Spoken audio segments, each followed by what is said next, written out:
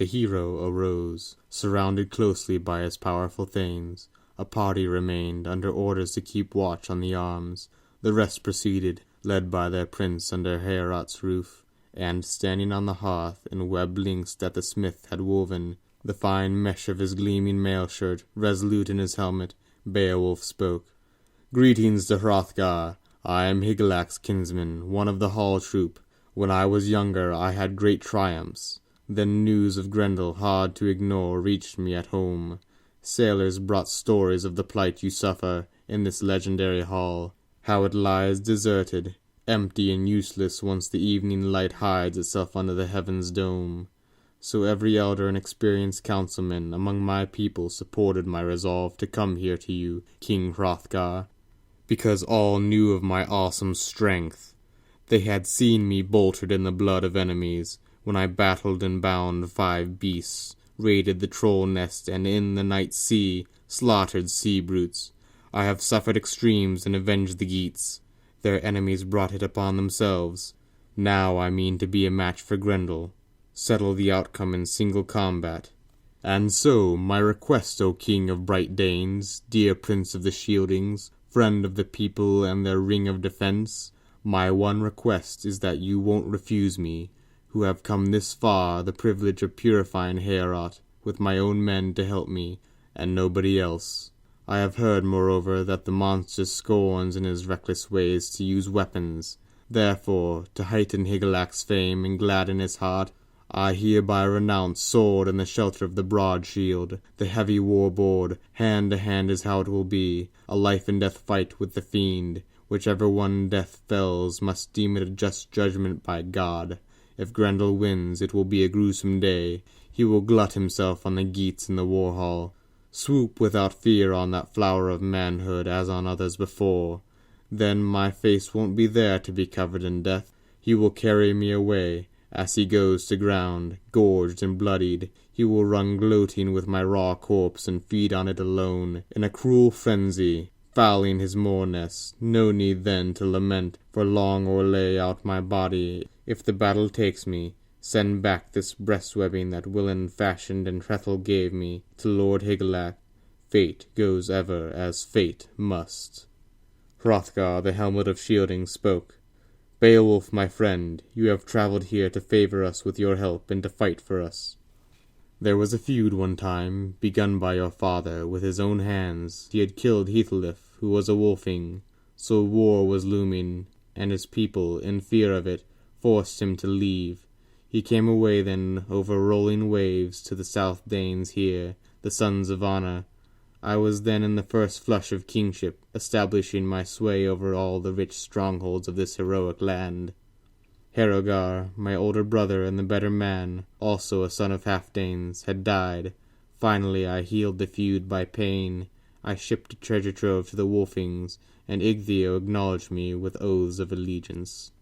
It bothers me to have to burden anyone with all the grief Grendel has caused, and the havoc he had wreaked upon us in Heorot.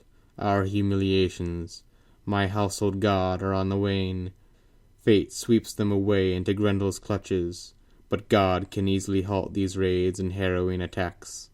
Time and again, when the goblets passed and seasoned fighters got flushed with beer, they would pledge themselves to protect Heorot and wait for Grendel with whetted swords.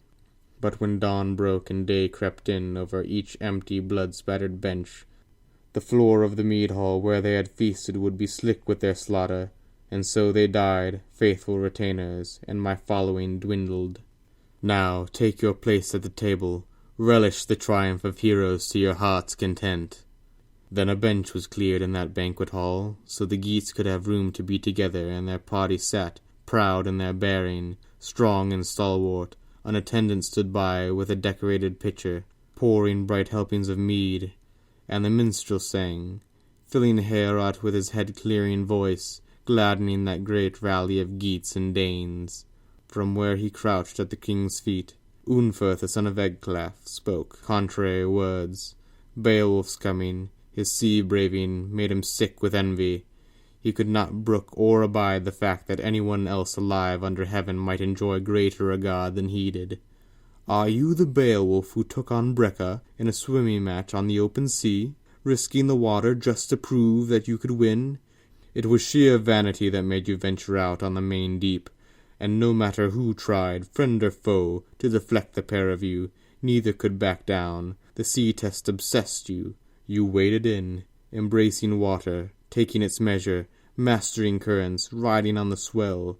The ocean swayed, winter went wild in the waves, but you vied for 7 nights, and then he outswam you, came ashore, the stronger contender.